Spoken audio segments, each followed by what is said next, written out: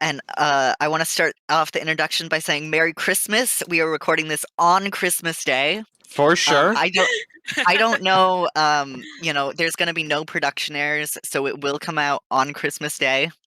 Yep. If it doesn't, something has gone terribly wrong. Don't worry about it. Time Um, travel, probably not our fault. yeah, yeah. Uh, welcome. This is the Ankh-Morpork Historians Guild. I hope I didn't slur that, but my name is Mulch. I go by they them pronouns. It's okay, you can reclaim. My name is Purtis. I use they, them pronouns. My name is Chio. I use she, her pronouns, and my brain is made out of soup. Yeah. Soup. Well, clearly, because you didn't like this book as much as we did, and that's clearly wrong. Yeah. Just indefatigably incorrect.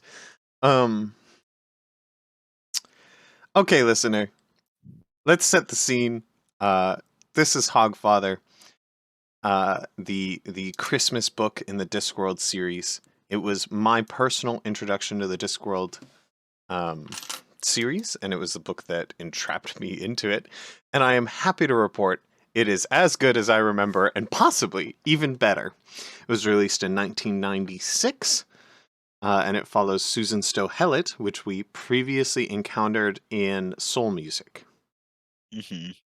Though, you do not have to have ever read Soul Music for this book to be phenomenal. And in many ways, it's actually better if you haven't read Soul Music. Hi, I want to hear some clarification on that. We will talk about this fucking book. Do not worry. It follows Death filling in for the Hogfather, which is the Discworld's version of Santa Claus, as the Hogfather is attempted to be inhumed by a villain assassin by the name of Teatame. It is the best Discworld book, in my opinion, by a lot. Let's fucking dive in. Yeah. So since I already asked about it, why do you think it would be better if you hadn't read Soul Music? I think that Susan Stowe Hellett in this book is so far from the girl that she was, and I think that honestly, that her characterization in Soul Music, while relatively fine, is just way less interesting than she is in this book. I don't think it adds anything, and I think in some places, knowing her background too much or knowing too much about who she is takes away from kind of this air of mystery that the book can possess at the beginning. So especially like there are these times, like the first time I read this, I had not read Soul Music. So there is this period in this book where it doesn't say that she's Death's granddaughter. And I think it's a kind of fascinating reveal.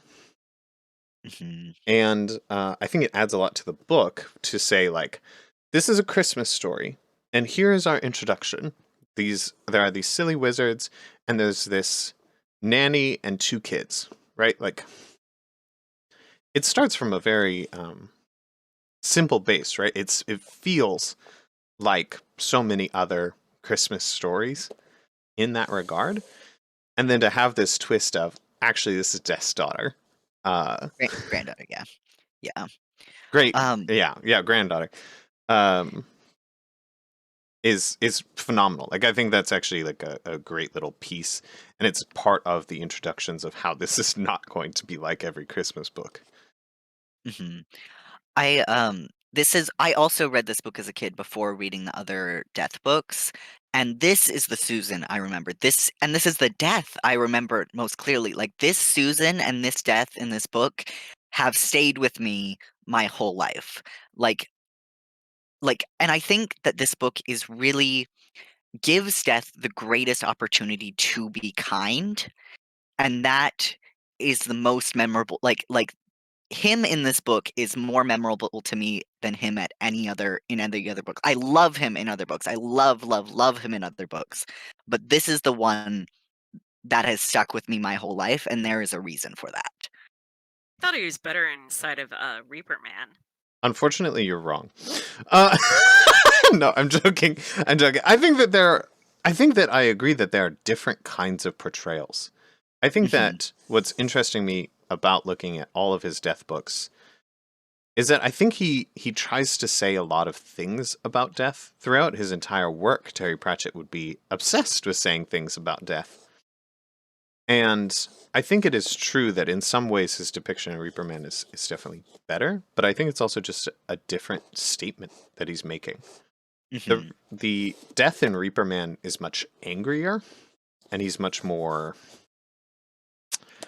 valiant. Isn't quite the right word, but it's something like it to me. He is much more mythical inside of Reaper Man. I think so. I agree. To me, what is most magical about what I enjoy the most in Discworld is when, or with death, is when they can discuss the ways that he is not human and human at the same time. It's obviously like, as a deeply autistic person who has often been set aside from the people around me, I think that that is something that is very, very appealing to me. This idea, like, this guy, he isn't like the people around him, and he can't quite understand exactly who they are, but he still loves them, and he still loves them deeply. And in many ways, they will love him too, if they were given the chance. And that is something that's really kind of incredible to me.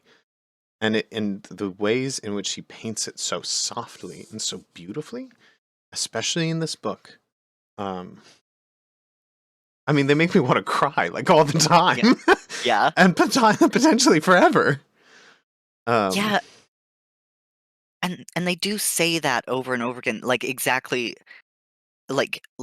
Albert and Susan think and say that over it and over again that he's not like they're like saying he's like not quite right, but he cares deeply.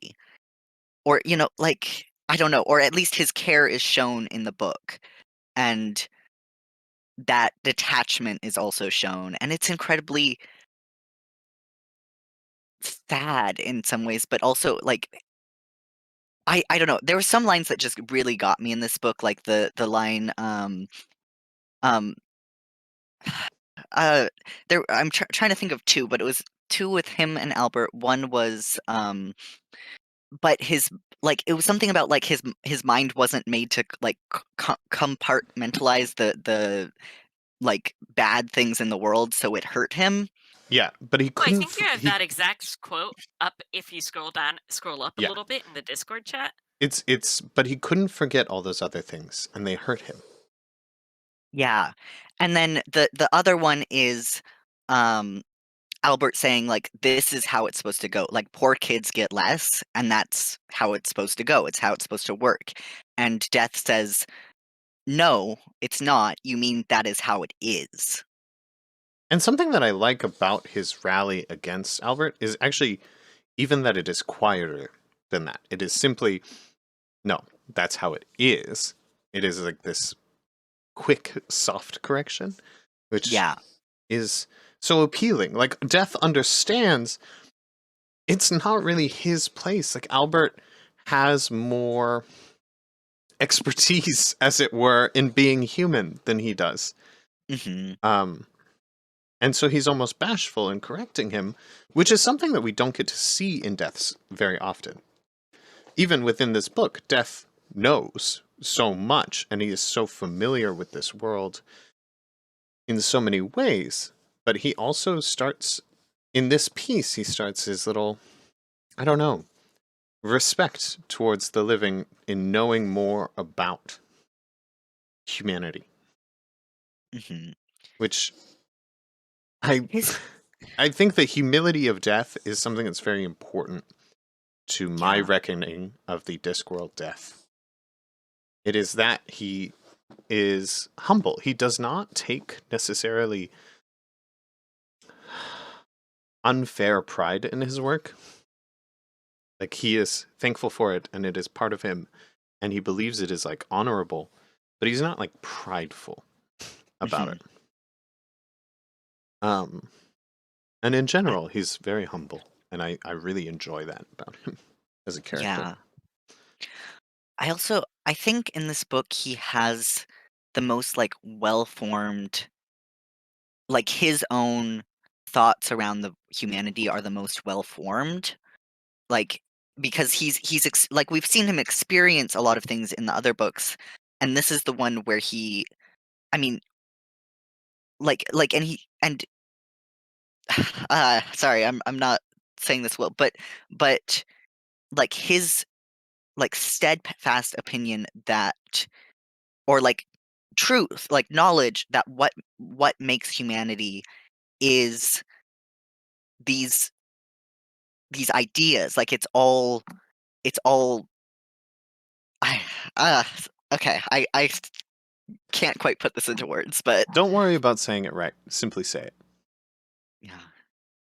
Um what he talks about to Susan is just such a well formed, like it's what's at the heart of a lot of Terry Pratchett books, is that what makes us human is the these ideas we have, these fictions we have about the way what's right, the way what we feel is right, what the way we want the world to work, not the way the world does work, and wanting the world to work in that way and trying to take actions to make it work in that way is what makes us human, and or at least is a vitally important part to being human. Um, these fictions we make of how the world should work. Yeah, absolutely. And I think that he is most solid in this ideology. I think it is one of the interesting ways that Death has grown in his experiences of being human. And I like looking at this Hogfather piece as him trying on a way to be still godly, but receive the things that he desires. I think that's something that's very interesting about this book. So often, Death books have been about him trying out humanity, and I am so fascinated in trying to take this another way. What if you were a different god? And Mhm. what would that feel like, and what does that make you? And that as a form of growth for Death, in getting closer to accepting what he is and the station that that gives him, is really, Mhm. really fascinating to me. Yeah. Um, God, this book is so good. Yeah. Um, just to veer off this, just talking about Death, I think I should specify that the reason this book is so good to me is not only because its message is beautiful and poetic and its scenes are beautiful. Though all these things are true, they've been true of other story focused and like idea focused Discworld books. What makes this one so incredible to me is how well he begins to blend in humor and narrative together. I think that for me, this is the best depiction of what Discworld can be. Every scene, like there are lots of scenes that are pure joke scenes in many ways, except that almost all of them serve the purpose of the story in some regard. Each of them discuss or laugh at some aspect of human nature, which somewhere else in the book we are also examining or lauding in a different way. This is something that's truly incredible, and to me, is what makes Terry Pratchett's work so astounding. The way you can blend laughing at the world and loving it and showing a mirror to humanity and being able to love even the absurd or terrible parts of us. I really truly love that. Um, I think that for me, this is why this stands as one of the best Discworld books. And it is so fucking funny. Like, so many scenes in this are purely cheerful joy and laugh out loud hilarious. The scenes with the cheerful fairy, the I scenes love with her. Bilious, the oh god of hangovers, the scenes with Hex, um, the scene, the scene with the restaurant that is turning mud into the like Christmas dinner. Oh, Fucking that was really good. Yeah. fucking Yeah, impeccable. Um yeah, Even scenes with foul Ron and his crew, which are genuinely not very funny to me in this book, so good. And again, they all serve these little purposes, like or they're a continuation, and they're just God, they're so good. I think the best example of the way that humor and story are blended together is in this point where the Hogfather, in this case Death, goes to the mall and replaces one of the fake Hogfathers in an attempt to imbue belief. And it is a scene which is really a myriad of tiny jokes about children and about the Hogfather and about malls and about mall Santas and then finally about Corporal Nobby Knobs. And That this was really good. fuck, it's Yeah. so good. Holy shit. And it's so funny. And it's so funny seeing Corporal Nobby Knobs reduced to nothing but nothing but a little kid in front of Hogfather. And especially this ongoing dialogue of people who are mad about Hogfather and about Christmas. Because so much of the Discworld is about poor people. It gives him this huge opportunity to talk about something that's like kind of terrible about this holiday, which is that some get a lot and many get nothing. And there are yeah, so Yeah. many people who are angry about that and in this world have a vital force that they can be angry at, a living thing which they can blame. And a lot of the book is actually about that as well. He does many, many scenes, but many of those scenes are also jokes. Like, they're deadly serious, and he makes incredible observations of our spirit in them, but they are all jokes. And, God, it's so yeah. good. Oh, I love this book. I also I love Susan in this book. Like when I read Soul Music, I was kind of surprised. I was like, I still like this character, but this isn't the character I remember. This isn't the character like I deeply connected with as a kid. And that's because she's in this book. That's because she's right here. Yeah. Like, And in the nature of many, many Terry Pratchett characters, this is the only place where I feel that she is this character. mhm, Yeah, he Um, does have characters that kind of change radically between books.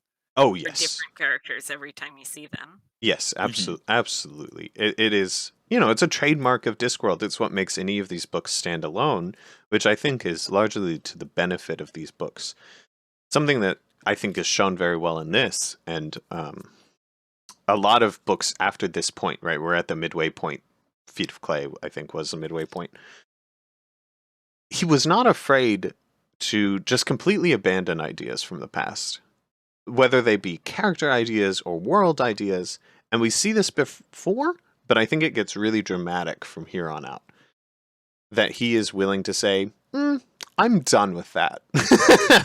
I'm done with that. I I've think got the something better. I think the characters changing radically from book to book actually really damages the Tiffany Aching series. 'Cause I'm, it basically only has one continuing character, and that's Tiffany Aching. Like everyone else just sort of changes. This is functionally a different character yeah, in the I'm, next book. I'm interested when we get to the Tiffany Aching series to kind of see that. I think that you're absolutely right that that is a key part of the Tiffany Aching series, but I myself don't know if I dislike it. mhm. Um, partially because I haven't read those books in a very long time. Yeah, I always have mixed feelings about him doing this because uh I like the freedom of like just re-exploring things and redoing things in new books. But if I liked the idea a lot or like I liked the character a lot, then I'm kind of disappointed because I was like, you could have expanded on that instead of just redoing it, Yeah. you know? I mean, I like that feel like too much canon can become a ball and chain. trying desperately to retain continuity and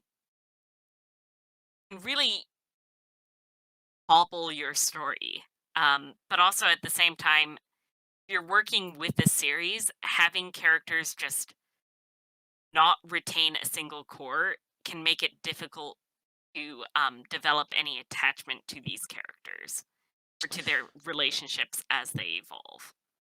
I sort of agree with you, but also I had mostly viewed Tiffany Aching books as standalone, like the rest of the Discworld books, and I think Mhm. that not being beholden to the past within it is to its benefit. I But strongly disagree. but again, we will discuss Tiffany Aching when we get to Tiffany Aching Oh, Yeah. yeah, yeah. in 3 years, um, Yeah. minimum. Uh, okay, we were talking about Susan. Yes. And let's talk Uh, about Susan, because we've talked about death, and then we'll talk about Teyatame, and then we'll talk about mhm, them as a triptych, mhm, because I think that that is the heart of this book. I think yeah. Terry Pratchett really gets children. I like when he demonstrates that. I do too. I don't think his children main characters like work very well. I think he has difficulty giving them agency. Mhm, So it's really nice in this book, and I think he does it in books after this, where there are lots of children present, but they aren't the main character, and characters within it have deep and powerful connections to children. And that's yeah. kind of what this Yeah. book is all about, right? Yeah. I feel. Um, Yeah. and Susan is perfect in this book for that, right? She says it in the book, but she is the inner nanny. She's this Mhm, like, she Susan is a great character because I think she captures so much of what it is to be in your 20s and probably yeah. in your 30s too, though I haven't reached it, of being surprised about all the things that you are or can be, all the things that you are good at and didn't expect, and all the things that you're afraid of becoming, and all the things that you want to be. Rediscovering Mhm, what those things are is uh, the extremely painful and extremely beautiful part of being in your 20s. Um, I think wh- I am maybe not being in my 20s the right way then. I mean, there isn't a right way. I think you are doing those things, my man, as you did come out and realize you were autistic in your 20s. Oh, yeah, that's true. So I think you might be doing it. I think you might be doing it a lot, actually. yeah. um, Yeah. I obviously related to Susan even more as an adult because I am now a childcare worker, and Oh, like yeah. um and it is. I love how they portray her relationship to the kids, along with the relationship to their world that like they experience and that she can experience too because she's, like magical or whatever, but like how she can interact with their world um in the way that she does. I think it's really, really good, and that like her, like, man, I don't know how to put this, but I also think, like, how the children are portrayed, how, like, the whole, like, lisping scene and stuff where she's like, like, I don't necessarily think that's something children do, but I do think it is a direct response to the way children are portrayed in books, and like kind of like bringing it back to, or like making them more human by taking that element of how children are portrayed in a lot of media, and like cracking it open and saying like, this is a manipulation tactic, don't do that. Like, instead of like, just that's how children are, they are just cute little creatures and not people. yeah, um I think that this is what's best about his depiction of children, and something I liked a lot as a child who read this book, is that Terry Pratchett recognizes that children are smart and are thinking.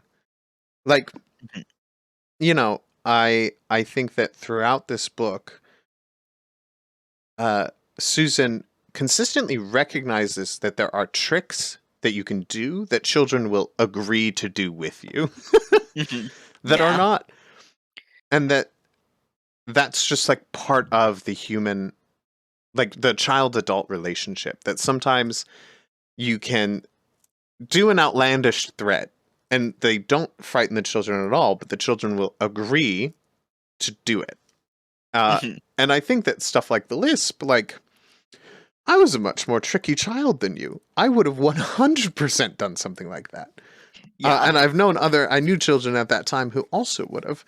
And I think Uh-huh. I think it's a great deal of respect to children that he has. And again, it's part of his abiding love for humanity that he is able to do this and to paint it so well. Because at no point does the intelligence that the children have feel exactly the same as the way that Susan is, or even the other human characters. Because, of course, Susan's intelligence is peculiar. It is a unique perspective because they are unique people and they are in a unique position, right? Children are Mhm. one of the most underserved classes in the world. Mhm. They are one of the Yeah. most mistreated classes in the world. And I think that he shows that in so many ways that is true, and in so many ways that affects them, and in so many ways they are smart and human and take it in, and hopefully one day we'll take it out. Uh, Yeah. and I think that that is part of why I love how much they talk about the former governess and the effect and impact that people have on children Mhm. continuingly, like continuously, both Susan and unfortunately Teatame, and also in Susan's interactions with her grandfather and the ways that she talks about her own past with him and then her own memories of being in Death's Kingdom, um, or Palace or whatever we want to call it. It's Also, comes back with the tooth fairy stuff. oh yes, absolutely. How The could I possibly forget to mention? Like, I love the portrayal of that sort of uncanny world with the sky that is doesn't meet the horizon, Yeah, Mhm. a place and with no the horizon. sort of like the world in a like, I feel like Terry Pratchett never forgot what it was like to be a child, and that weird sense of like constant wonder and horror, because Yeah. anything could be real. What I actually propose is that I think that in many ways, like all of us, Terry did forget what it is to be a kid. But I think that something that's amazing about him is that he had a kid and he was able to watch very closely. And I personally believe that, like, I think that's why his children main characters tend to suffer, and the ones where they are not the main character tend to do so well. Mhm. That's my opinion. Is like something that I really enjoy in this is like it's really hard for him to it seems really hard for him to place himself directly in Twyla and um what is the boy's name? I don't remember. Wayne, It start yeah. Wayne, Wayne? Wayne, Wayne. it's Oh, Tweed, Sure. go Wayne. like the Green Knight, I Yes. think. Yes, yes. Yes it is. God, I should rewatch The Green Knight. Hey listener, go listen to Never go watched the Green Knight. Oh my god. Want to watch it with me when I watch it? Yes. Hey, I listener, it's a artsy ass thing, but if you are a person who sits down through 3 hour long fucking book review podcast, it's up your fucking alley. You should go watch The Green Knight. It is impeccable. Um, I also have not seen it, so I would also like to oh see. fuck! Maybe one of my favorite movies. Anyways, I think he struggles to put himself in Twilight and Gawain's shoes exactly, but that's okay. We see them in our own ways through Susan and through Death and through Teatame and the people around them. And we also get to see how much other adults around Susan don't recognize the humanity of these children. Yeah. And I expect as a childcare worker that you relate heavily to that. Oh yeah. I yeah. Um you I judge people a lot by how they interact with children. I Uh think as well you should. I awkwardness is not a negative trait, but you should respect humanity wherever you yeah, come across it. I will completely change my opinion on a person if they respect the humanity in children. It yeah, genuinely will. I think everyone yeah, should be judged by how they treat the weakest among them. yeah. It is the same as somebody who can't respect the humanity of a fucking wait staff or something like that. Hmm. Yeah.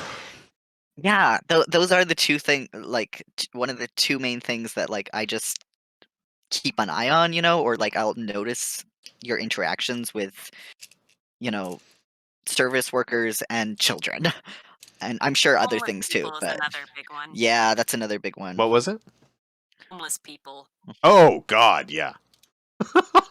Oh fuck yeah. Yes. The way for me, that's like the ultimate litmus test Yes, it because is. it's people who are actively suffering and not being able to acknowledge that suffering. To me is frightening.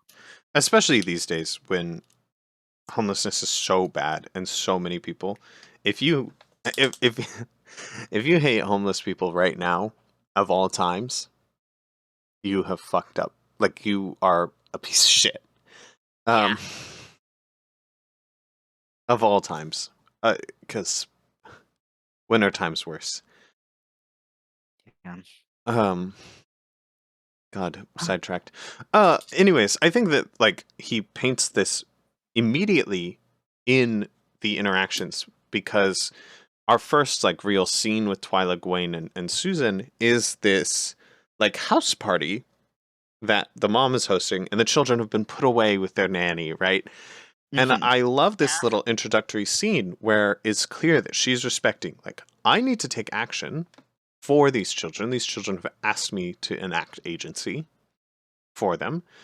And then we are shown the exact opposite. We are shown this like bumbling fucking idiot who's like trying to talk about the trick directly in front of the children as if they aren't even there and wouldn't be smart enough to understand what he's talking about, with them being a very psychological. Uh, and it is such a quick and easy way to paint not only how kind Susan is in her interactions with children and in many other people, but also showing her in opposition to the world around her. I think it would Hmm. be easy without scenes like this to try and imagine that other people would. Like if you don't interact with kids a lot, I think it's easy to pretend that people are nicer to children than they are. I Yeah. think people spend a lot of time pretending people are nicer to children than they are. Um, Yeah. and so I love how much he puts that in this book and right from the beginning too. Yeah. Yeah. I do too. And Susan is so much this character of trying to understand who she is and what she does and does not want to be. Throughout this book, we see her getting more and more pulled into the job of death, Hmm. this mystical role. And she talks a lot about this idea that, like, oddness, peculiarity is both attractive and alienating. That every single time you participate in it, you find it harder and harder to come out. And this is to do with like, sure, it's to do with her death powers or whatever, but like, really, what a great metaphor for so many things. As somebody who is particularly odd and has no way of escaping it now. um I think it's very interesting, and I think it's very interesting in relation to dialogues I've had with other people who, like me, have some kind of oddity and either choose to move into it and abandon those things which might be called more normal. Um, Often to, at first, isolation and difficulty. It is hard to navigate the world by yourself or alone. Even if you may not truly be, it is certainly what it feels like. And I think that throughout this is such a wonderful piece, and I think it goes hand in hand with so many other parts of this book, right? It's not how it should be; it's how it is. Maybe Hmm. how Susan acts in so many scenes is how it should be, but there is a world that is how it is, and what do you do with that, and how do you react to that, and how do you be Susan in it, is something that the book is very concerned with. And like so many questions and so many things that Terry Pratchett puts out, is such a soft, quiet question. It is such a carefully placed thing. I want to cradle it in my hand and hold it tight. It is unfair to ask. But it is also necessary. I think that ultimately, both he and Susan are very British, and Yeah. Susan is very deeply attached to being normal. Um, Yeah, and it feels incredibly sad in some ways, and, like, and the thing is, I understand it, and, like, but I think I think she both loses and gains a lot from normalcy, like, and it's very relatable, actually.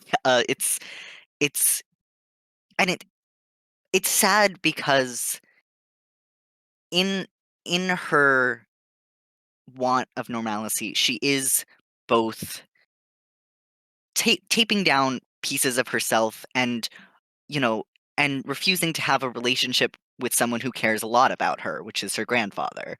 Um, and but like being who she, like embracing those weird parts of her, she would lose. She would lose things. She has a job. She has kids that she cares for. She and who she is very very strange with, but being able to function within like the normalcy that has been created is important.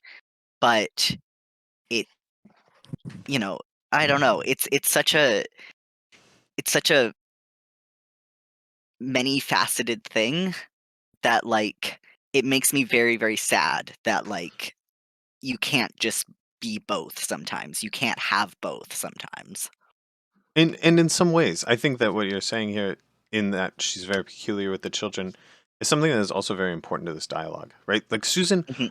finds ways to outlet being odd even in her normal life. She goes to Igor's bar.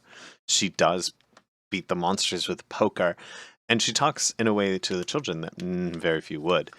Um, I think that that is also like kind of an interesting dialogue in this. What things that Susan has found are abnormal, but they're correct, and they're not. She's not punished for doing them. Yeah. Yeah. And like, of course, to you and I, this question is very sad, or Susan's struggle with it is very sad. But for the most part, you and I, who are people who have gone really far the other way, Yeah. we're pretty abnormal people. Um, and while I think that you are better at having a normal job where people see you a bunch, Yeah. um, you know, you still have gone that way. So I think that, you know, obviously we're extremely biased. I'm Yeah. Yeah. I in particular do find it very very sad, but I have gone extremely in the other direction for a very very long time. I think that this It's point though, interesting hearing this because I found it completely incomprehensible, which yeah, is weird, I suppose. well, I think that let's talk about Teotame, and then I want to talk about that, and I want to talk about them as a triptych because I think that this will get to the heart of that. Mhm. Because I think this is a solid segue. Because I think that Teotame represents in some ways the risks of embracing your own peculiarity. Teotame is Teotame is maybe the most single-mindedly villainous character in all of the Discworld. He beats even some of the more racist caricatures that exist in this series, which is impressive. He is inhuman and terrifying, and yet completely human, and in that peculiar Terry Pratchett way, almost not understandable in the means of defensible, but understandable in the means of you can get inside his head. You can see the way he thinks, even though it is detached and odd and like, wrong. You can identify Teotame. You can get in his mind, which is an almost unnerving trick that I think very, very few writers would ever be able to pull off, but which Terry does with aplomb. And Teotama really does show this risk that exists. One of the things that is dangerous about accepting and pushing into your peculiarity is that you can become so detached from other people that you become unkind. Or worse than unkind, you become uncaring. Mhm. And it is a very real risk. I have known people who have delved so deep into their own peculiarities that there was not really a hope to get out. And that the world that they inhabit is now seen so phenomenally differently that they can do whatever they want to the people around them. Yeah. This is the danger of these things. And Teotame is terrifying. He is a haunting villain. He is dangerous. He is wild. He is almost unpredictable, but that would cut him short. He is predictable in his death dealing and in his brutality. And it is a quiet brutality. It is detached. Most people who relish violence at least show some form of connection in it, but Teotame does not even give you that. He relishes the violence purely for himself and uncaring of the other person, unable to even regard what they're experiencing to that extent. He is a bully, but not because he wants to make other people weak, but simply because it is fun to play around with something that is alien to him, which is other people.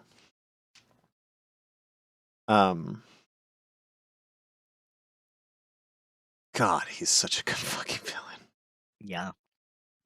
No, I like him a lot. God, and sometimes when I understand him, I almost want to like him, and then I'm like, "Oh, no, no, I stop." Uh, um,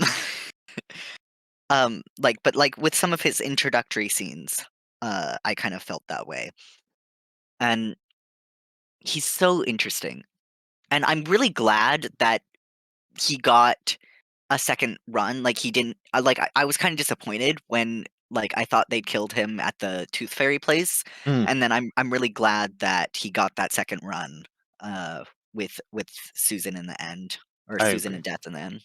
Yeah. It's I hard think to. Oh, you go.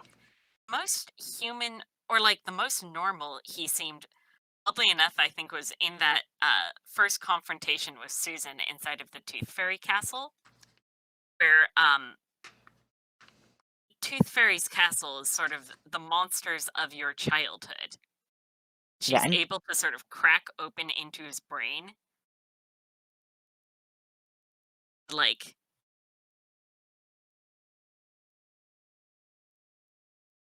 yeah, I anytime is can't work with children, is he, or like doesn't know how to talk to children because he has never at any point in his life known how to talk to children. Hmm, I think what's really interesting about that bit is that being the inner child and attaching to it is something that Teotame like thinks, and it is partially his excuse for getting out of it. And it is also a commentary on part of what children are. One of the weaknesses we have as human beings is that we do actually have to learn and sit with how to be kind to each other and how to understand the people around us. Something that I like about Teotame's obsession with being the inner child and with being childish is that it is partially an excuse for him to act the way he does. As at odds with it as odds with our as at odds with our idea of children as it is, many children are unthinkingly unkind. They simply Mhm. don't understand yet that these things are cruel. Teotame kind of embraces this excuse. And I think the depiction of the inner nanny is really, really interesting because it is that force, that guiding force that says, no, that isn't okay. I refuse to let you get away with this just because you are a child. I know that you can learn. I know that you are smart. And I know that you need to be shown something. Mhm. And I think that it is a way Yeah. that Susan in particular is equipped to undo this excuse and this obsession that he has. And it's something that I delight in. Yeah. I suppose I should rephrase that. Um, it's sort of Castle is not equipped to find a Itame's childhood nightmare. Um, in a way that it could find the other members of the team. Susan could. That nightmare was the sort of pain of rejection by your peers. Absolutely. Yeah, that's true. Christ, this is a good book. Okay. Yeah. Those are our main three characters. And I wanted to talk about Teotame because I think they serve as a fascinating triptych. You have this supernatural being who desperately desires to not, in this book, not merely be human, but be something closer to it, and to be a part of it, be a part of, be a loved part of people's lives. You have Susan, who is desperately trying not to be supernatural, and is desperately trying to be human, but it is out of her access. And you have Teotame, who could have always been human and refused it. And they serve as this incredible incredible dialogue or trialogue between each other. And they are constantly painted in opposition to each other in different organizations throughout this book. And it serves as this incredible piece about defining who you are and about those paths that we take. Oh God, it's delightful. Uh, no, I really love this book, and like I feel like and I don't know if it's because it was like a childhood favorite or if it's because or like the way I relate to it as an adult, but it feels incredibly human because it feels like my own experience, like of how I view the world and how like I experience it. So I don't know, and that just uh Um, I talking about Susan did kind of make me realize that I do relate heavily to Susan in this book, not just because of the way she relates to children, but because she is trying incredibly hard to be normal, and it takes effort for her.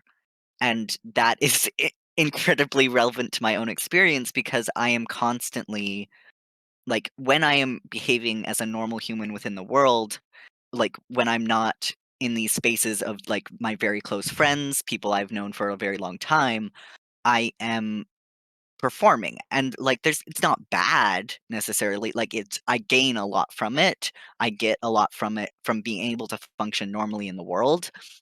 But there are parts of myself that I am constantly compensating for and hiding under a performance that I can only really express, you know, in very personal places. I can't bring these aspects of myself into the world because it it wouldn't go well for me. I couldn't like I don't know. I don't know. So this is just an incredibly personal book to my own experience. Yeah, Susan makes a lot more sense to me, understanding that she is an assimilation story Hmm. or about trying to assimilate. Yeah. Absolutely. And I think that she is. I think that she, like so many other characters, right? Like we've talked at length about the immigrant stories of Angua and Carrot, and this is another pass at assimilation and humanity, and it's something that really clearly very is very fascinating to Terry Pratchett. Hmm. I do think of Angua a lot, or like her scenes in like Susan's scenes in the bar and stuff did like just bring Angua to mind a lot, because I mean, obviously, they have similar experiences, except Angua is, I guess, less safe than Susan. Like she's more frightened than Susan. Um, Um, I love that there's an undead bar. I love yeah. that there's an undead bar. I think I maybe that's why I was able to immediately like click with Angua, not Susan. Like the lack of fear, or like I guess the reason why it took me until now to realize that Susan story or like Susan is driven by an attempt to assimilate. Um, Even though now that you mention it, it seems pretty obvious. Um, Simply like the lack of fear made me not like understand it. Hmm. well, what I think is interesting and why I personally believe that you didn't spot it is they do both have this fear, but it's the way in which they express it which is so different. Um, Angela's fear and her interactions with assimilation are driven by a kind of anger, and they're driven by Angela recognizes that people will hate her. They really will. And it's something that she obsesses over a lot. And her fear is both lashing out at people and trying to run away, um, often to her detriment. Having known you for a long time, I believe that that is much more relatable to you than what Susan experiences, which is this fear of losing things, not necessarily because people will take them away from her, but simply because she will become detached from them. She is afraid of who she would be if she changed, whereas Engel understands who she is and what she will be when she changes. But it is other people which drive her fear. They are very different people in this way, in particular, right? Like, I think that's what makes them as relations really interesting. Actually, they're these two women who have, in many ways, the same goal of being brought into this world that they are not necessarily a part of, but they are driven by entirely different forces. Hmm. Yeah, that makes sense. Um, because I was wondering as we were talking, because I feel like of the three of us, I am the one who has like most attached to the idea of being normal, I guess. Maybe just like I'm definitely more attached to being normal than Purtis is. Yeah. I'm I yeah. So I was trying to figure out like why I didn't relate to Susan at all, despite the fact that I feel like I've spent so much of my life trying to assimilate. Yeah. Well, and I think that sometimes it is the difference in choice. I think that in the nicest way, and you know I mean it this way, you are immutably odd, or immutably peculiar. You have been immutably peculiar. And so I think the anger and lashing out is actually a very reasonable response. Many of these things that people have been upset at you for are things that you don't feel you can really change. And that was far more true when you were young. And it was unfair. Like, it was truthfully unfair of people to ask you for those things. And so, truthfully, people were being cruel. And it is reasonable to be angry when people are cruel. And it is reasonable to lash out when people are cruel. And it is also reasonable to want to run away when people are cruel, even if it isn't actually the best decision. Yeah. Christ, I love Terry Pratchett. Yeah. it, it it it it is precisely his ability to make you think like this and to create characters that are so diverse as this. It it is it is such a skill, and it is flaunted so frequently by him. You know, the amount Also, of writers, the amount of male writers I can name that can create two women character who have a similar goal but completely different emotional reasons. This is like three. So this is really fucking incredible. I also like that he's not afraid to continuously work over an idea until he gets it right. I feel like a lot of writers are scared of doing that, scared of like going over repeating themselves and Yeah. like just lose interest after they tried an idea once. Yeah. Where he is returns to these things again and again and again, Yeah, and all I in think he is always in very different free. ways. I Yeah. think that he recognizes that these small, soft questions he asks are as complicated as humanity is. And to be prideful enough to answer them in one go uh, is something he refuses to do. And I think that he also recognizes that this is a question. Every single one of these are questions that you can ask 1,000 different ways, at least as many ways as there are people. And I think that he really enjoys approaching them from a different angle to help himself understand them. Um, and God, that's beautiful. Uh,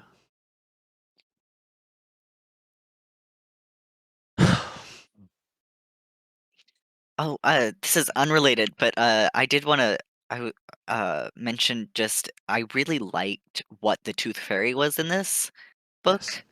Um, which I wanted to mention before, sometime during this is that like it is kind of like the Tooth Fairy is almost like what Death what like could have been in this book, or like what we see a little bit from Death, in that the Tooth Fairy is something that was that the Tooth Fairy is something that changed what what they were.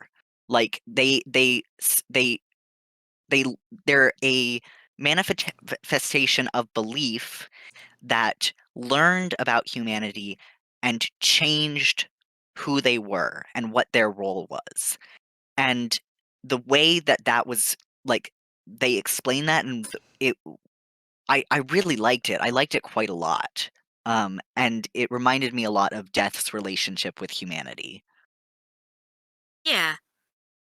And So I, partially goes in a way like Tooth Fairy is also like going went through a similar thing as the Hogfather, a sort of gradual, hopeless weakening, the death of a god, transformed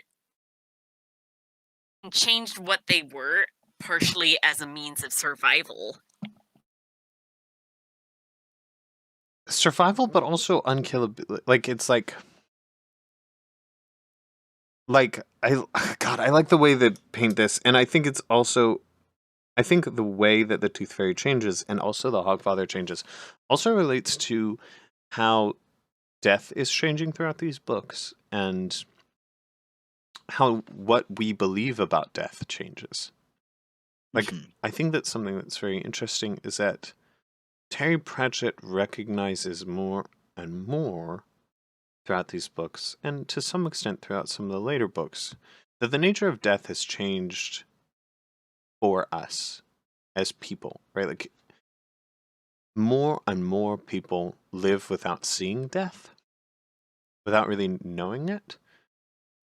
And death has become a different thing, right? So frequently, um, in the past, death was defined by violent and loud sicknesses or injuries or infections.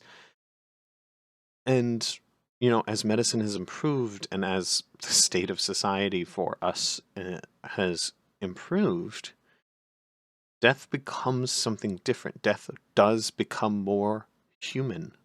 It becomes less, I don't want to say random because death remains random, but like, I would use the term abstracted. it's not even abstracted. It's almost the other way around, right? Like, we know it less. And he points at it in this book, right? There was a time when somebody would die and the bed was filled with grievers.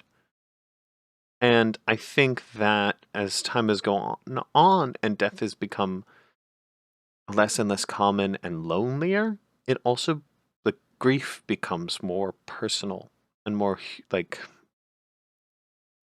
gentle to somebody. Not in the way that it heals better, because I don't believe it does, but in the way that we have to hold it ourselves. And if we don't believe it is kind in some way, then we will tear ourselves apart. And I think that like is it can be easy to read this book and feel like death is the only spiritual thing denied change in the Discworld. And we, see so many gods change, not only in this book, but in the other books as well, right? Even in Small Gods, the first time he approaches this, like, gods change. Gods evolve over time based on what people believe, and death does too, but in a more subtle way. Obviously, death cannot be removed, and we can't stop believing in it and hope it goes away. But death does change. It is part of why he becomes more human in the Discworld over time. Like, I think that that is like a fascinating little question. Um, like, it is a kindness. It is one of the many kindnesses he does to his characters. Death is different now because what we feel is different about him, and the other way around. Yeah. Yeah, no, that makes sense. Um, yeah, death is what we see of death in these books and what we experience of him, like, does call to what we need death to be, because we don't know what it is. Um,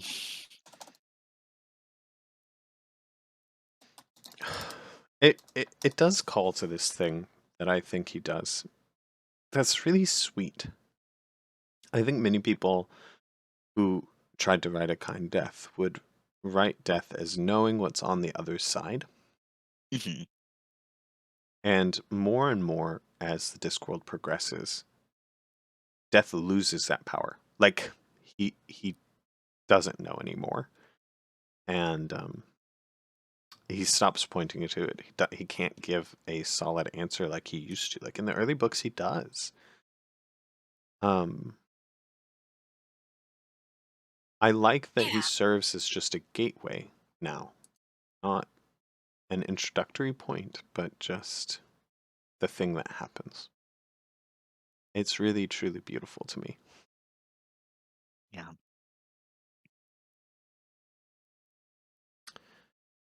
Oh God, this book hurts my heart. Um, yeah. I I think Yeah, this I've already said this, but like, or sort of said it, but like the saddest thing about Susan's story to me and Death's story is that Susan will not allow herself a relationship with her grandfather who does truly care about her, and she's sad whenever she remembers the ways that he cares about her, like when she thinks about the drawings he kept, when she thinks about the umbrella stand, all of these little things that make him him. She's sad, and she still won't allow herself a relationship with him. And but it makes me so sad. It makes me so sad. Yeah, I mean, it is tragic, right? Like, this is one of the costs, right? Like, if you want to be normal, you do lose out on these things. And part of those things is a connection with a different type of community that views the world differently. Yeah. And it's true. Like, I think that she's unfortunately right.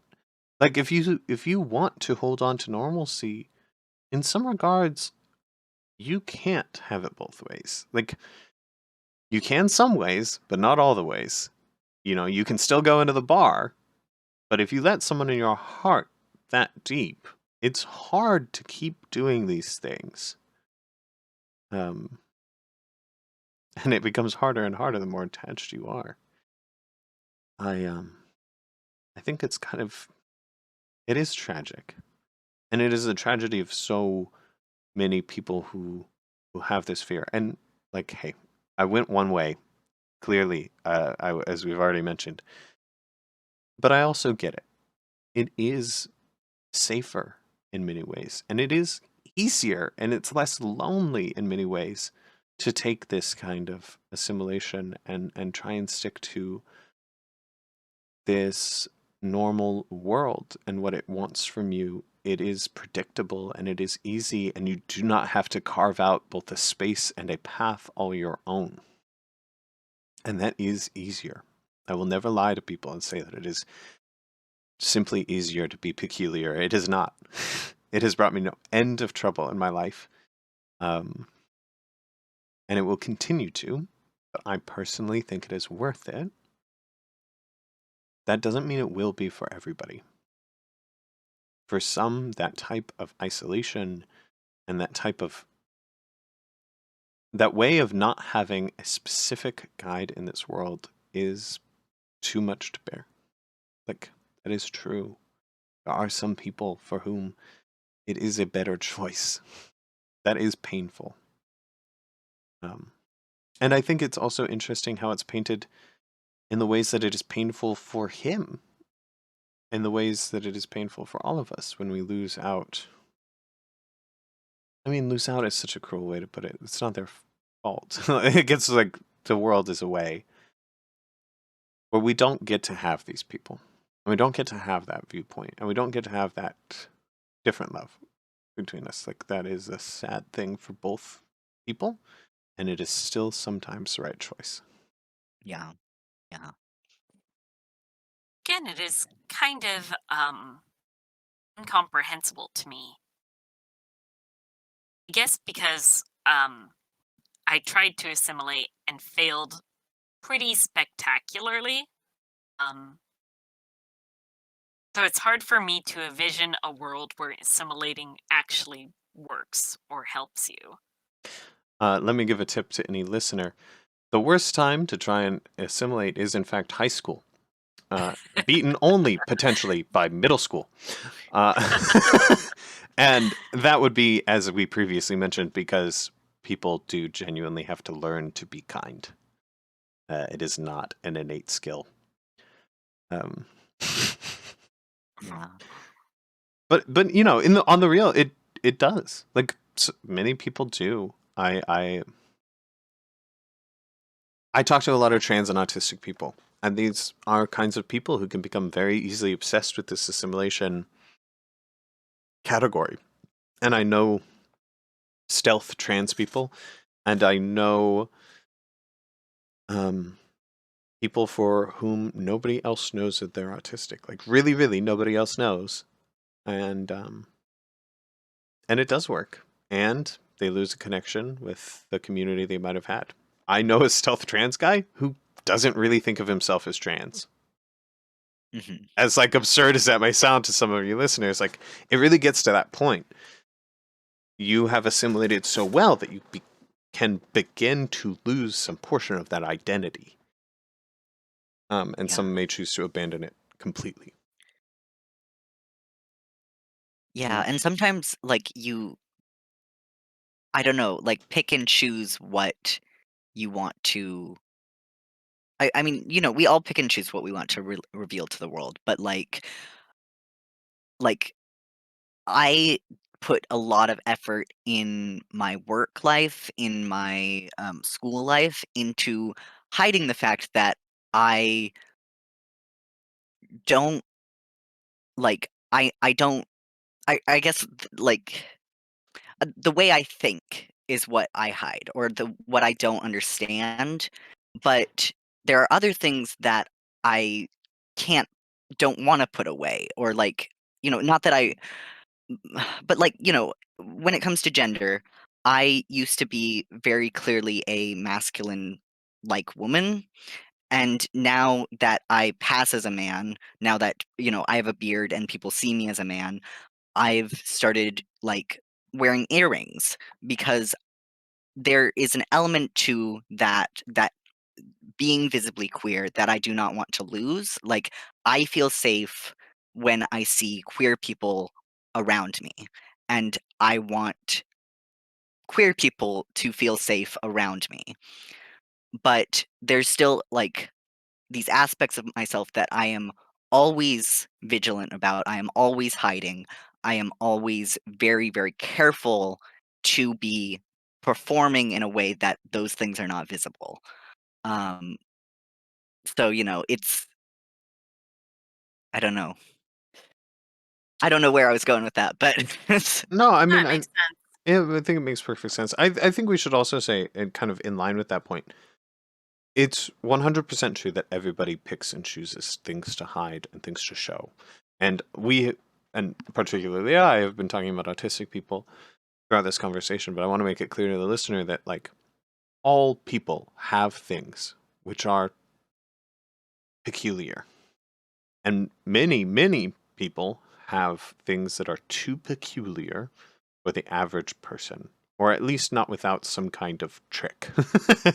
I say trick, but like it's not a trick, but like without being charming, without being clever, it is harder and harder to get away with those things. Um, and like it's also true, we should say, like, not to paint the world as so black and white. Like, there is a level of peculiarity which almost everybody around us can accept. And if you are suitably the right way, you can actually expand the level of peculiarity that people are comfortable with. Mhm. Um, and I think that that is a very interesting thing that actually I think he covers more in later books.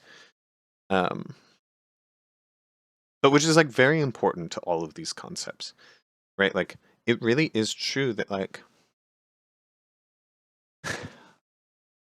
Susan does get to interact with the world in a peculiar way, and the people around her accept those things.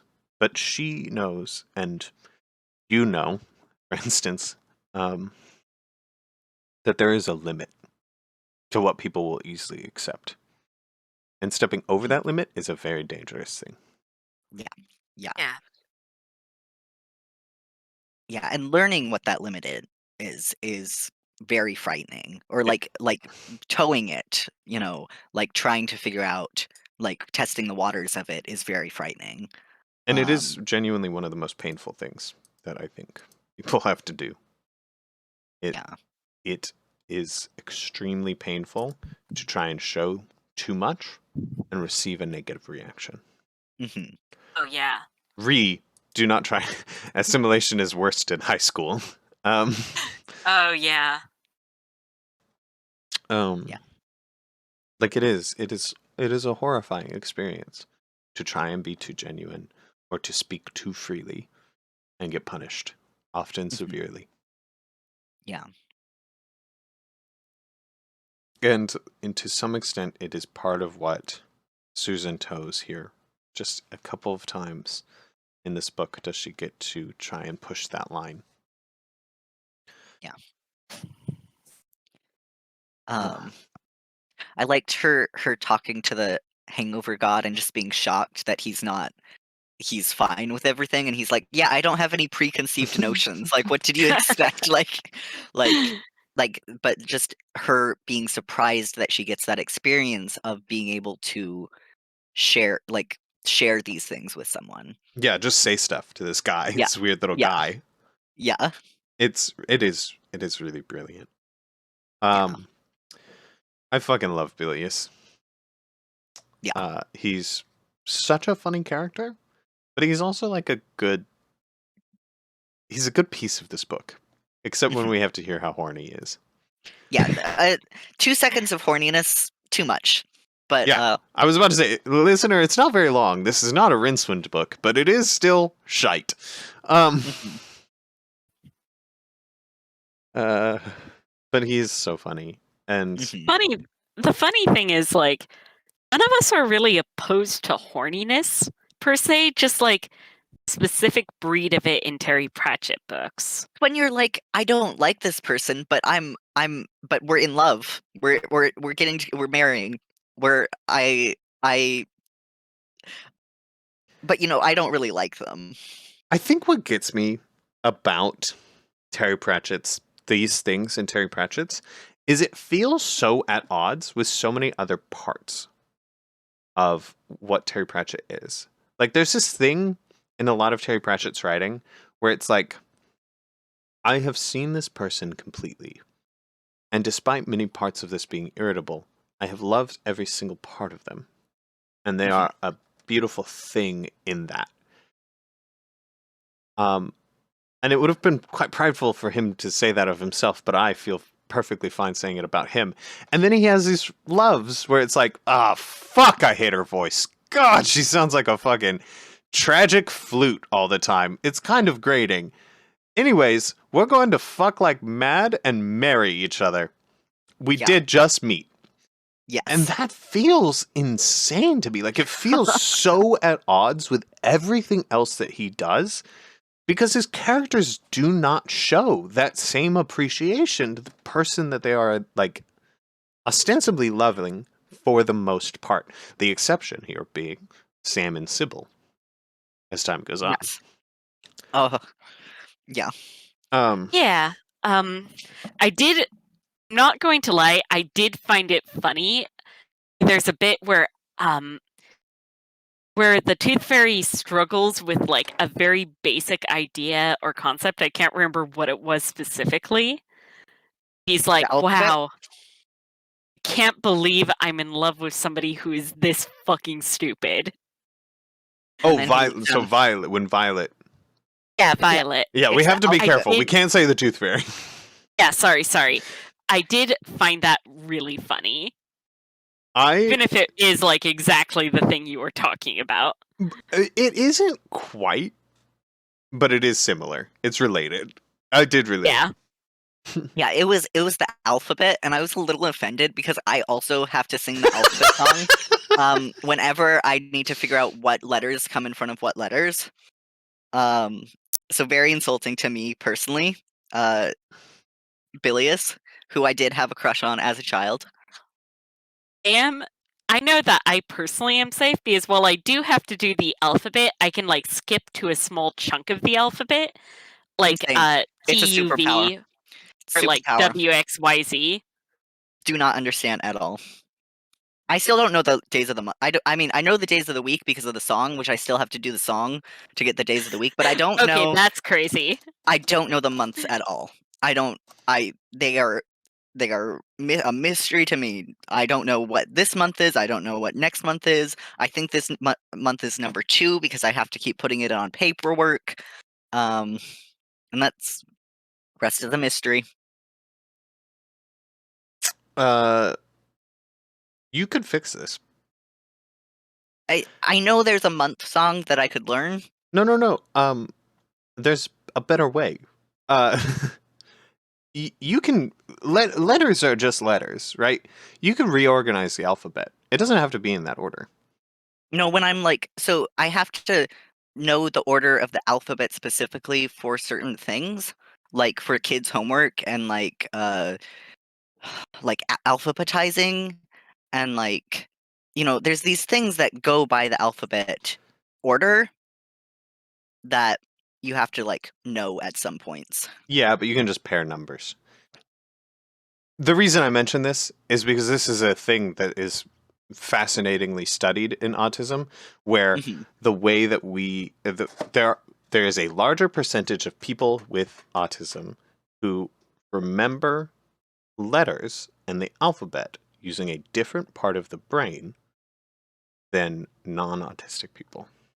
Oh, that makes sense. And so you can change your ability to remember these things by simply reorganizing these truths.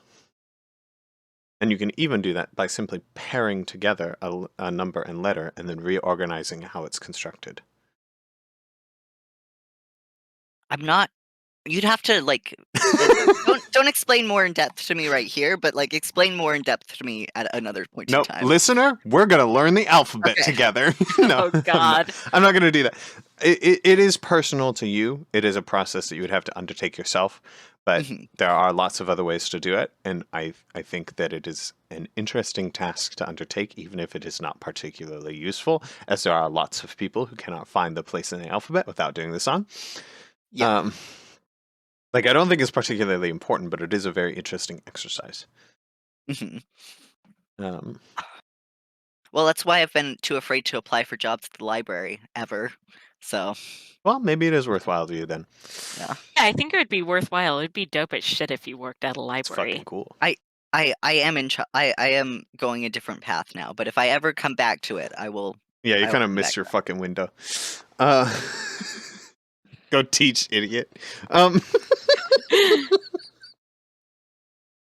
um, and you can't even pick me up books from the library. So lame. I need to get a new library card. I'm at the library all the time now. Okay, book. What more do we want to say about the book? Oh, I really like that bit where the poker comes back and it only kills monsters. I love that. I fucking love that.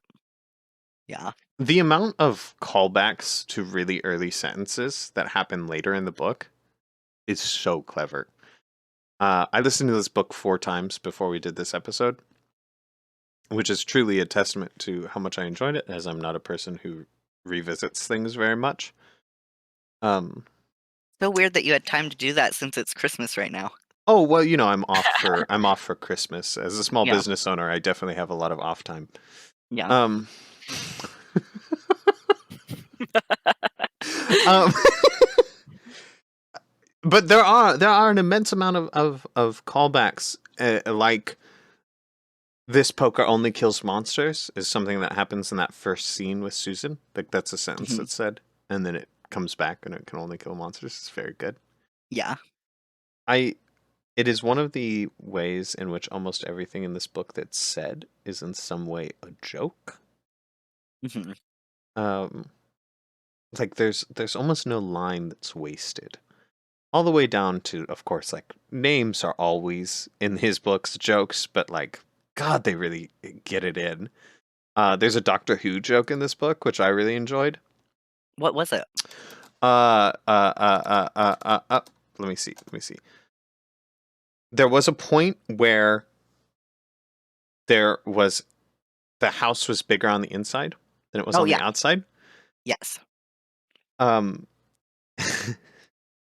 okay, here it is. The exact line is, but she was used to the idea of buildings that were bigger on the inside than on the outside. Her grandfather had never been able to get a handle on dimensions, which is Yeah. doubly funny because the first Doctor's companion was his granddaughter, and her name was Susan. Oh my god. But yeah, I should watch original Doctor Who. I would probably like it. Oh my Yes, I god. I told had you to. no idea. Please, I would do anything. Please. Um, Listener, I am a huge Doctor Who fan, and I watched it as a child. as we had a black and white TV and there was not a lot of fucking options. Um, and I grew up on the original Doctor Who, uh, and was quite excited when the reboot was announced. Reboot, continuation, I don't know what we want to call it. It's the same show to me. Um, it's so vastly different, but yeah, it's a very good joke. Yeah. Yeah, that's very good. That's very funny. Um, yeah, and this whole book was like it really does do the humor and the seriousness very well. Like everything is funny and everything means something, or like at least most of it means something. um, This some of is it's just funny, but this book is so impeccable also because it is the first time I think that we encounter the wizards and they don't have an irritating scene. yeah, I did not mind the wizards in this book, which is incredible, incredible. We spend a lot of time with the wizards in this book, but it doesn't feel like that at all. Because they are hilarious and they are these great bits, but they're also not like super directly impactful on the story. So you don't like you just laugh at them. Yeah, And the way they are and the little references that they have and their bumbling nature and also fucking god I love Ponder Stibbins. This is I where love I've Bunny Gibbons. from this point on Ponder Stibbins' character is like a lot better, and one of the things that he decides very clearly is that Ponder Stibbins is a person who thinks that he is above the type of insanity that the wizards has, but is clearly as deep in it as all of the rest of them. He just thinks otherwise. Yeah, Yeah, Like like like he's that he is. clearly insane. He's also very clearly modeled off of like the tech people Terry Pratchett was hanging out with during this time. Yes. Yes. We've talked before about how interested Terry Pratchett was about tech from the very outset. And yeah, I I agree. It's everything to do with Hex and the people who work on Hex is entirely based around this idea of like that guy who thinks he's being so sane and who thinks he's really fucking normal, but also has this like insane interest that he like cannot be normal about. Um and I love that characterization of Ponder. I think it's incredibly funny. And it's also like a person you interact with a lot that I think it's kind of hard to see while you're in it. And seeing characters like Ponder give you the a better ability to. And they're kind of my favorite person. Like I like those people a lot. Partially because I like messing with them because I myself am very well, insane. mhm, And it's really really funny in human like in person to be the crazy person to somebody who's trying to be the straight man and failing. I think it yeah, is genuinely hilarious. I hang out with these people a lot. man. Sorry, y'all. Um, um,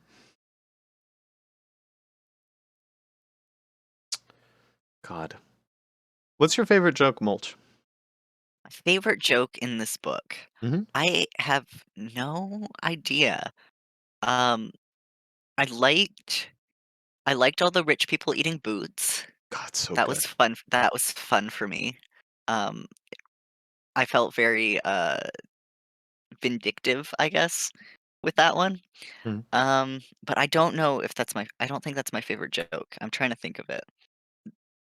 I think the poker is sort of a joke, and I love all that it represents. I love that it is I love that they are able to make these children like she is able to make these children believe more in the poker than in everything they are afraid of. It is both like cool and like just so funny to me that this like flimsy little poker represents I don't know. I have no idea what my favorite. What's your favorite joke? There are so many. Yeah. That's the problem. That's the problem. How could Um, you ask this question? I will say that to add on to that, I think that the poker is one of these subtle things that is Susan's supernatural ability is partially based on belief, right? Like everybody Mhm. else's. And because children believe that their nanny so deeply is this powerful thing that like this poker gets imbued with part of her power is like such a clever idea. And it's something that Yeah. Susan has as an effect on the world like a lot, Mhm. but in really subtle ways. Like it is Yeah. the idea in Terry Pratchett books that belief empowers things is really simple, and the way that he builds it out and the way that he uses it is really what it is really what makes it work, and Mhm. makes it so special. It's easy to just make a world where belief impacts things. I do it every day, but um, his ability to be subtle and confident in those pieces and to add this air of those things is what makes it so powerful. Mhm. The funniest joke. Oh, Michi, we're gonna ask you next, so you better be preparing your answer. it's hard to beat the kitchen cooking boots. Yeah, and that one was like very pure. Like the thing is with most things in this book is that they are jokes and other things. So that's one that is more like a joke. Yeah, I think Hex. I think that bit where Hex catches uh uh insanity off of the appropriate character, the bursar, Yeah. is really really funny, and also Hex's interaction with Death as the Hogfather Mhm. is really really funny. I think that Hex's interaction with the Hogfather may be my favorite joke, Yes. especially the teddy bear. Yeah. Very, very good. And very like I loved that. I loved like, you're telling me to believe in this. So you have to put me in the equation. It has to work for me too. It it I really liked that. I also oh, one thing that is kind of just a joke too is the cheerfulness fairy. I really enjoyed her. It hurt me when she disappeared on a deep level. Um, she is she is some part of me. I do not know how to express this. Um, I also wish I could just burst into tears every time someone was unhappy. I wish that was the appropriate response. In any way, shape, or form. But it is not. I do not live in that world. Um, okay, Michi, favorite joke. Yeah, I think it's when Death is granting all of the children's giving out the gifts as the Hogfather inside of the Hogfather grotto. Hmm. It He is gives that incomparable. child a sword, Yes. just a full-on sword. That will be a very good lesson. So good. Yeah. um And I also sort of liked the commentary on children and Christmas and like the parents trying to like basically telling the Hogfather what they want the kids to have or like the presents that they have already bought. Yeah. oh god, it's so good. Fuck. The pony on the third floor in the kitchen. No, not the kitchen, the bedroom. Yeah. Fuck, that's Yeah. Uh, good. Uh, Yeah. Oh ooh. god. Another phenomenal joke, which is not only a joke. I think all my favorite books or jokes in this book are the ones that tie into the story because I think they're so masterful and so funny. Um, the king scene I Oh fucking love yeah. that. is one of the most impeccably written scenes I've ever encountered. Um, as a single piece, it's standalone, and the way it ties into the story is so amazing, and it's so funny, right? Like this scene where this king barges into this poor man's life, and it is such this caricature of the things that happen in Christmas movies and Christmas stories, you know, as long as there has been a Christmas in the West, right? From the very beginning, Charles Dickens, this is in there. A rich man popping in for one night to give away some bullshit to some guy and expecting him to be profoundly grateful and his ability to make that show how terrible that is and how insulting and how cruel it is, and also give us the ability to laugh at it, is so wonderful. Also liked how like kind of understood it but kind of didn't, and needed Albert there to like decode what the appropriate response is in that situation. His Yes. immediate initial instinct is to do the exact same thing as the king. Yes, yes. And it's this wonderful this is a wonderful dialogue, right? We all like to imagine that everybody wants the same things that we want. That our desires are universal, and what is luxurious to one is luxurious to another. And that it is wonderful. And that's just like not true. And I love this depiction of that. And I think you're absolutely right that Albert coming in and being like, don't fucking do that, give him this give this man a pig's head, he'll be happy. Yeah. Like that is so wonderful.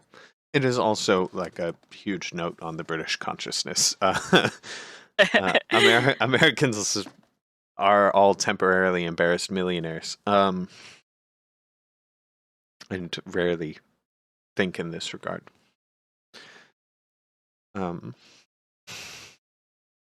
What a wonderful scene. Yeah, it was. And I love that in this book, Death gets to be the Hogfather, which is a character who has a lot more agency than Death does. Yeah. Death doesn't get the luxury of breaking the rules, but the Hogfather is all about that. And so he gets to be like angry and kind of violent with so many people and so many things. And we see that with the matchstick girl, and we see that with this. And they also play with how kind of ridiculous these stories are as Christmas stories, how incorrectly thought out they are. And it all goes back to that same line that we've mentioned so many times already. It's how things are, not how they should be. Yeah. And he gets to be angry about that because he is alien to this world, because he hasn't heard these things, and because he doesn't have the same ability to ignore the other things. Death is a person who will be there at the end and understands intimately that this man will not be here tomorrow. And he was not here yesterday. And he knows the cost of that. And he knows how cruel one day is. Oh, God, this book is so good! Listener, if you are somehow a person who does listen to this without like actually reading the books, one, you're insane and we should hang out. Put your number in the comments. We could probably like chill with somebody that weird. Yeah, you would probably kick it with me, but listen to me. If you read no other Discworld book, for me, please read this book. It is an immaculate piece, and we can sit here and deconstruct it, and we will continue to. But it is best understood as a full piece. And it is best understood in his own words, which are much more artful than our own, or at least more than mine.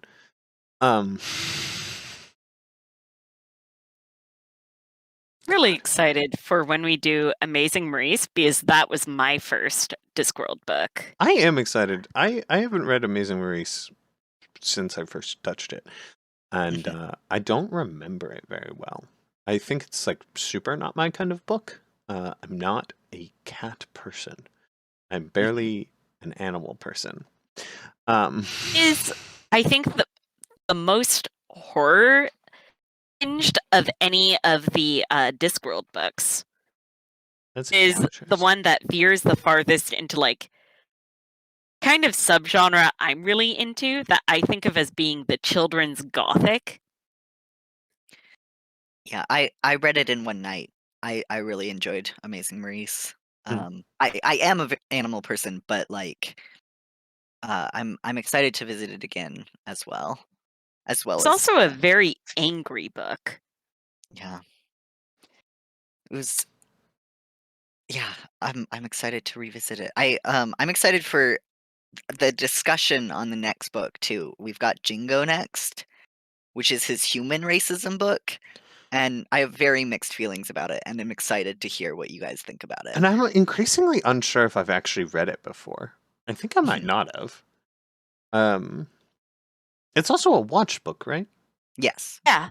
And we haven't seen the watch in a while, and I'm excited to see how he writes them in this kind of new age Mhm. of because yes, we haven't been with the watch since Men at Arms, which is quite a good book, No, but no, is Feet of Clay. We I love just Men had the at watch. Arms. Oh, right. Feet of Clay, right. Right, I'm You so you sorry, I forgot. Even though we did the review only a month ago, um, or possibly less. Um, but yeah, yeah, I'm excited. Uh, yeah, I'm yeah. really interested. I think it'll be an I think interesting discussion. I think reading Jingo made me understand Terry Pratchett more, and I don't necessarily agree with him, but I do understand him more, and I think that I don't know. We'll talk about this then. Yeah, I'm we have to wait got for some then. thoughts about I oh, think it is going to be a very British view of racism, and I am mhm, interested in it. mhm, mhm. Um, I think I will have lots of thoughts about it. Um, yeah, because I think it's also intimately tied into British Christianity, which is different than all the rest, and it's really, really peculiar. Very yeah. excited. Okay, here's another interesting thing to talk about in Hogfather. I refuse to run out of them. Um, I listened to the Hogfather audiobook. Did either of you? I read it. Yes. I listened to the new one because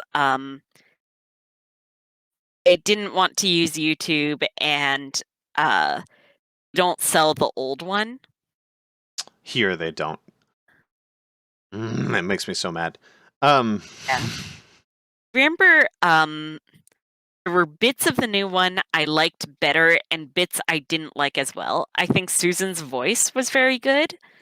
I yes, like that the footnotes were distinct. yes. Also, I felt like all of the other character voices were worse.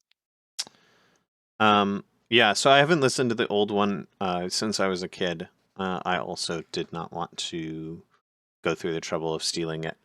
Um, uh, uh, but here's my interesting point. There is one major and peculiar difference between the audiobook and the book, which is unsolvable and fascinating.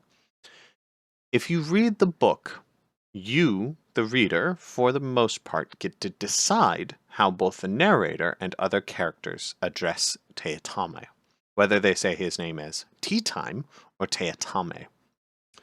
There are about 3 instances in the book where they like really draw a distinction, where specifically Teatame corrects them, or it's expressed that they're saying it one way in on purpose. Um, but for the Yeah, most part, he corrects them a lot in that end stretch in the like he keeps correct like there's one point where nobody is using his name right, yes, but yes, yeah. that's true. That's true. My apologies. Um, through most of the book, then before that Mhm. point, it's really vague. Um, and it really changes what a character is feeling or doing in a scene. I myself am a person who has had a name that most people get wrong, and I have spent a lot of time correcting people.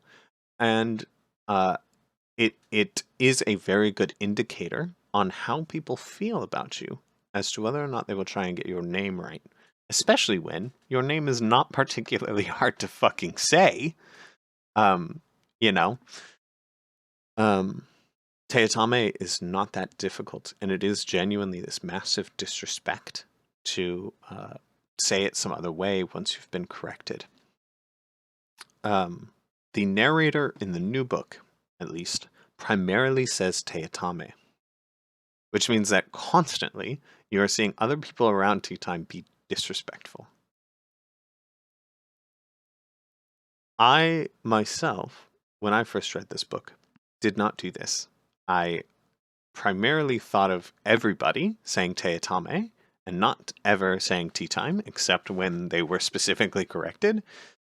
Partially, it makes sense to me because he's an incredibly violent, ruthless man, and everybody's afraid of him, right? The fact that Dave Lillywhite, at any point past like the fucking bar scene, would say tea time and not Teatame is like unbelievable to me. It's also unbelievable to me that tea time would let it slip. Yeah. I think that that is a very interesting and peculiar difference in these books versus the audiobook. I think it's I worth think it examining. also comes back to Terry Pratchett thinks of names very differently than we do. We have this thing where names are infinitely changeable. As we know so many people who just like change their names or have gone through many different names over the period of time we know them. Whereas Terry Pratchett thinks of names as being fixed and immutable. Like throughout a running thing throughout his books is that he doesn't believe anybody can ever truly change their name. I think it might come back to like almost like spiritualist thing. Can you give me another example of this? I'm not Yeah. disagreeing. I'm just Another interested. big thing is Magrat. Another thing comes up in the witches books a lot, actually. Yeah. Like Yeah. Magrat, Perdita. You're right. You're right. That's a good point. That's a very interesting point. Yeah, and I think like know that there used to be like there still is this sort of belief that if you know somebody's name, you kind of have a sort of power over them. I think is like part of like some type of pagan belief or like neo-pagan belief, where there's a special spiritual significance placed on names. I think like if it's not something Terry Pratchett believes literally, it's something I don't know. Well, I Just think like a reoccurring thing with names. it fits Uh, into the rest of his beliefs about the shape of something defining it. mhm. Like the shape of something, you fill it in with yourself. So Yeah. Oh, another one with names your is name is the shape of yourself. Cheery Littlebottom at one point decides considers coming up with like a list of possible names. Oh yes, She never follows up on it. she talks about Ankh-Morporkening her name. Yeah. Yeah. Oh god, what a great assimilation story. Fuck. Yeah. So I think like Let's go back and in do a Feet way of Clay some more too. Fuck. I think like so I think the fact that everybody calls Itame tea time might tie into the like I think Terry Pratchett thinks that Tame's name is tea time and that uh, he can mess around with the pronunciation all he wants. It's still tea time no matter what. I mean, well, Sorry. I think that there's something that's very interesting about this, which is like he didn't have a say in this thing, in which way the audiobook narrator said it, and he didn't put it in his book. I think that's very I fascinating. mean, everybody calls Teatame tea time, like repeatedly, and it's sort of emphasized. It is emphasized, but it is like I don't know. To me, I didn't read it as like them necessarily seeing Tea Time as his true name, but as seeing him as so inhuman that he didn't deserve that same kind of respect. Perhaps. And again, the difference in the narrator, whether or not the narrator says Teatame or Tea Time, is very important in this regard, specifically. Yeah. I do know that the older audiobook also called him Tea Time. Yes, I knew this as well. Um, and I think that the usage of his name is like this. What you're talking about as Terry Pratchett thinking that his name is Tea Time and he's avoiding it is very interesting in combination with the fact that like in many ways it would make sense if Teotame had decided to adopt the tea time mantle, right? Like he has this obsession with childishness and he like is. And so having a name like Tea Time would fit really well into that. I really enjoy that he resists it, and it is so critical to his character that he resists it. It gets brought up over and over and over again. It is this like kind of crack in his performance or veneer. And it is one of the ways that we are shown that like in response to his abandonment of humanity, humanity abandons him and it denies him respect. And in many ways, this makes it so that like Teitomai can't get out. You can't go back sometimes. Sometimes you've really become so unlike other people that you can't reconnect, that other people will not give you respect. And while I don't think that Taizame was really it, while I don't think he was putting an awful lot of effort into doing this, it is something that he desires. And his rejection by people around him is something that he's clearly aware of. And to me, this name dissonance is a huge part of that. He is so frightened of this rejection, and it happens so constantly. And yes, he could change. He could simply keep with tea time. But that wouldn't be correct. That wouldn't be him. It wouldn't be respect. It would be giving into this thing that he refuses to lose. And I think that's so beautiful. Yeah. Yeah. And it I do. Oh, sorry. no, go. I do think you were right earlier, though, that it is unrealistic that people who are so terrified of him would not use his name. But it's I don't know. I But think it's a little interesting because we actually never see him. People get his name incorrectly all the time, but he never reacts particularly violently to it. He's somebody who is very violent very frequently with very little provocation. Yeah. but you are scared when they do that because you do think he's gonna kill them for it. Like, He's clearly angry, but you're absolutely right that he does not respond in violence to this mistake. And you know, God, fuck. Terry Pratchett is so able to write a character that this little peculiarity, this type of thing, is so indicative of so much of this character. Like you're right, he does refuse to enact violence in response to this, even though we know it is his predilection. And I believe that this is a show of how much he is aware of this rejection and how much he desires these things. He does want people to get it right. Like he does want to give them this chance where he so rarely does. It is this he is still human. He acts inhumanly and he does terrible things, but he's still human. Um, Yeah. and I truly do think that rejection of one's name is a rejection of self. Um, I think the names are important to us, and I think we are shaped by our names. mhm. Yeah. Uh, and that's why I think it's so possible and so important to sometimes change your name. Like I think that's part of the appeal. Maybe Yeah. Yeah. we don't want to be who we were. I think there are few people who live our lives and want to be who we were. Mm. Well, yeah, and obviously, I mean, we out of anyone know the importance of names. Like, me and Purtis no, all of us have changed our names. So it's like, and it hurts when people disrespect that. Like my dad took quite a long time to start using my real name, and I didn't like call him out on it, but it did hurt, and it hurt that he wasn't trying.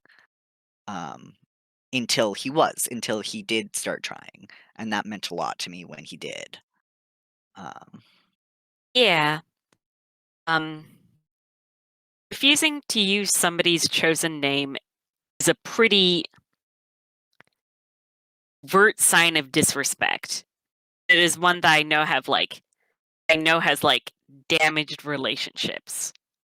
yeah. I've like Yeah, and I would take actually away like yeah. I would take away the word chosen. Refusing to use someone's name is to me one of the most basic forms of disrespect. It is a But type yeah. of bullying that we see all the time, and it's a way of dehumanizing somebody. Further, it is such an important thing. Your name.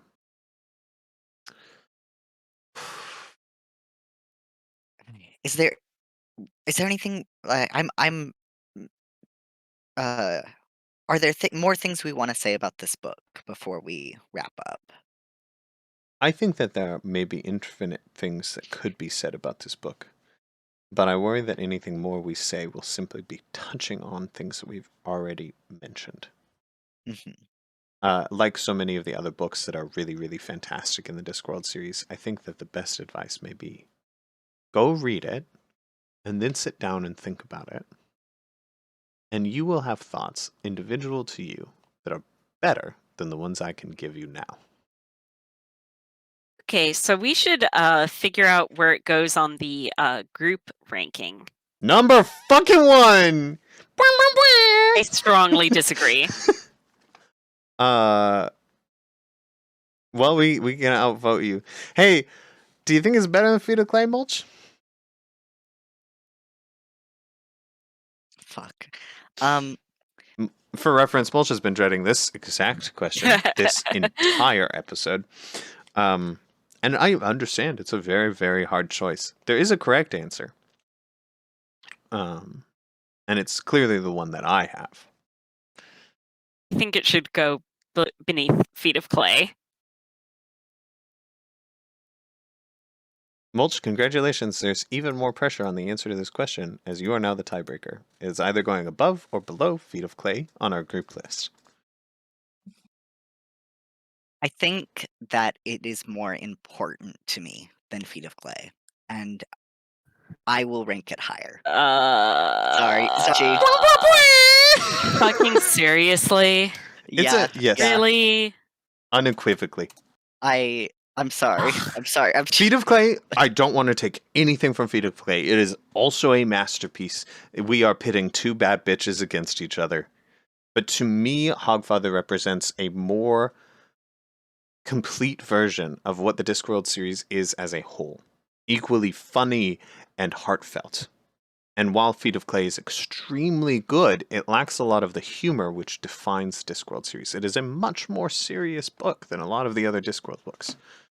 Which is not necessarily to its detriment, but just means to me it is less representative of Discworld as a whole, which is why I, personally, am putting it above Feet of Clay as well. Mhm.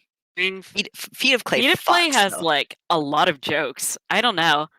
I think it has a lot of jokes, but I think to me, a lot of those jokes are less connected to the primary storyline, and also there are fewer of them. It was one of the complaints reviewers had for this book, so I know I'm not crazy.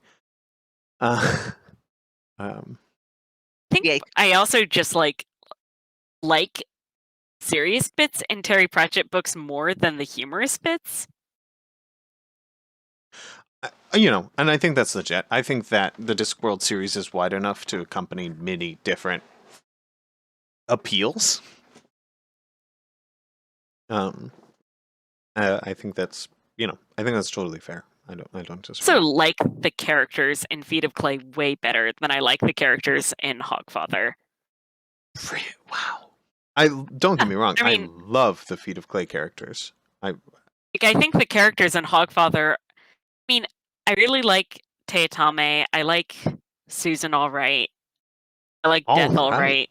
All right. Yeah, yeah, Oh. I like them all right. I think they're fine. Oh. um, Ah. I don't find like any of the other characters particularly memorable, especially not relative to like the characters in Feet of Clay.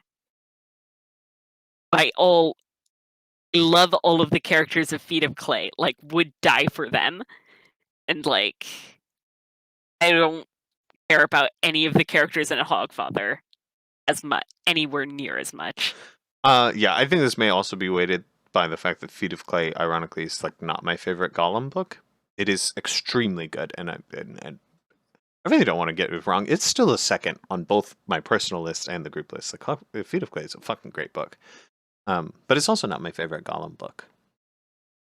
What is your favorite Gollum book? I'm so curious It's now. It's going almost postal. it's going postal. Like, what are you talking about? Like, Oh, well, yeah, yeah. that book has defined me as a human being. Incompleteness. So, how could I choose anything else? Yeah, Feet of Clay. I mean, Feet of Clay also. Feet of Clay fucks. Going postal also fucks. I Yeah, legitimately don't understand how anybody could like the characters in The Hogfather more than the characters in Feet of Clay. I mean, again, we're pitting two bad bitches against each other. The fact that you just called Death all right is like kind of making me feel like a crazy person. Yeah, But I mean, I've been very clear about the fact that I don't care about death in the Discworld books as much as you two do. absolutely. I don't find his storylines as interesting. Absolutely. You've been very, very clear about that. And in many ways, I can respect it. But, like, it still is crazy to me, you know? Yeah. Like, it's still crazy Um, to me. Like, you're right. I can understand why you don't connect to it as intensely. I can understand why you feel this way. And at the same time, I can't at all. It's like, it's like dating somebody and they like one of your friends is like, they're all right. Yeah, I'm fine with them. It's like, well, that's the person I love the most, so you should love them also, right? And it's like not how it works at all. yeah, It's like that. Like I can understand it. I know this. I know this person's flaws, but also it's incorrect. yeah, yeah. But you know, like we. I care way more about every single member of the City Watch than I do any character in Hogfather. Yeah, I think that this is also indicative of the fact that Discworld is a very, very wide series. There's so many parts in this series, and these books are standalone and they examine different kinds of ideas. And my favorite stories in the Discworld are definitely, definitely the God type series, and those don't tend to be your favorite. Yeah, Mhm. no, I actually think I would go as far as to say that like outside of the Rincewind books, the like death books are my least favorite. Yeah. Well, and the God books in general. I widen. I don't feel like Death books has ever been a good enough description of like I mean, I feel like his there's cosmic force books. I don't know what you're talking like, you know what I mean? I mean, like I sort of get what you're talking about, but at the same time, like I feel like the death books have a very separate and distinct feel from like say Small Gods or Going Postal. Um like I see how they go over similar thematic grounds, but Yeah, to me they kiss each other. Um and they make out. Uh and they do to me cover the same idea, which is how does what people believe affect them? Is a central question of every book like Going Postal and Thief of Time and Hogfather and Soul Music and Not Mort. Not Mort. yeah, I mean, I like think I prefer the witches books, that the approach to that theme or style, to the god books overall. Yeah. And this is exactly what I'm saying. The Discworld books are so wide. To me, of course, I think that the Witches books ask more specifically, like, how do stories and how do what we tell ourselves about ourselves affect us? Like, Yeah, and I find that, like, way more interesting, yeah, or, like, it appeals to me way more strongly. which Yeah, absolutely makes sense. they're just different things, yeah, and they appeal in different ways. I think the really only incorrect choice for a favorite Discworld series is the Rincewind books. I think that is the one where I'll look at you and be like, I'm sorry, I have to end this. I'm leaving this first date. I'm taking all of the breadsticks. I will see you in another life. Wow, what a relevant meme. Yeah, Yeah, sorry, listener. This was recorded December 25th, 2017. Wah, wah, wah. Listen, one of my favorite books in the world has a reference to the left beef, no sauce meme, which is Uh, insane. none pizza with left beef, but yes. Oh, yeah, none pizza with left beef. Yeah, whatever it is. The insane reference to make in a book that is published. It's a cold How, shot. yeah, how she got away with it, I have no idea. It's like Um, putting a fidget spinner reference in your book. yeah, but like, yeah. Well, I'm not going to yeah. talk about this that series right now. I will make you guys you Purtis specifically read Gideon the Ninth at some point. I'm Um, working on it. Oh, oh, fuck. And I'm not going to talk about it. We've been talking about this too long. I was going to talk. Fuck. I'll talk about it with the next book. It's true for every single one of his books. It's okay. Okay. Yeah, I don't know. I think choosing Hogfather over Feet of Clay is just completely insane. That's okay. You've won so many of the group list votes because you care about the list so much more than us that I feel okay. Yeah. I feel okay taking this one from you. I'm gonna be real. Yeah, I just don't understand you two at all. Yeah, I this book it it absolutely warped my being. This was one of those books that was so impeccable and so heartfelt and touched so much on the things I thought about all the time that it changed who I was. mhm. And so it would be hard for me to place it anywhere but the top of this list. This is kind of the failure in trying to do a list like this with something that is so personal to each of us. Discworld series has been something that we have all been reading since we were children, and it is why True. we decided to do this project, and it is what will ultimately make this project completely impossible. True. Yeah. Especially when I Okay. put Going Postal at the top of my personal list and it makes you so mad. Ooh. To be honest, I would probably be less mad about it than I am about Hogfather because I like Going Postal better than Hogfather. I'm gonna be real with you right fucking now. That is very possible that actually Hogfather stays at the top of my list for all the ongoing books. It Uh, is it to me it is an encapsulation of everything Discworld can be and like is. It is uniquely Ankh-Morporkian, it is uniquely funny, it is uniquely insightful, it is uniquely loving, and it is going to be very, very hard for it to be dethroned. I think Going Postal in particular does actually have some major flaws that irritate me, even though I love that book with all my heart.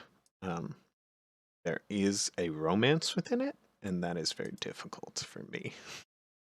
Yeah. I'm going to be putting a really weird one at the top of my list, so I guess that'll be my revenge. Do you already know what the top of your list is going to be?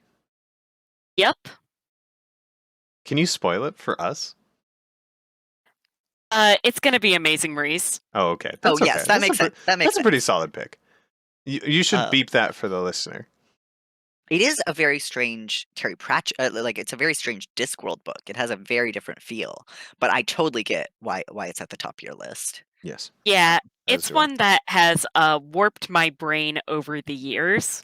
like Mhm. sort of twisted it into a different shape than it was before. I'm very Yeah. interested Because in hearing you talk about it a lot. like strongly affected how I see the world. Okay. It's December 25th. I gotta go open some crackers. Um, and finish this recording before the fireworks go off. So let's get out of here. Yeah. Yeah. Listener, I swear to God, go read Hogfather. If you are somehow wild enough, A, drop your number. B, let's fucking go fucking read this book. Like, please. There's nothing else I could ask of any human being. Please, please, please read this book. Okay. All And right. And week after next, perfectly on time and punctual as we always are, we will be discussing Jingo. and And remember, listener, as always, as we have always done for our sting at the end, gaslight, girl boss, gatekeep. Good night. and to all a good night.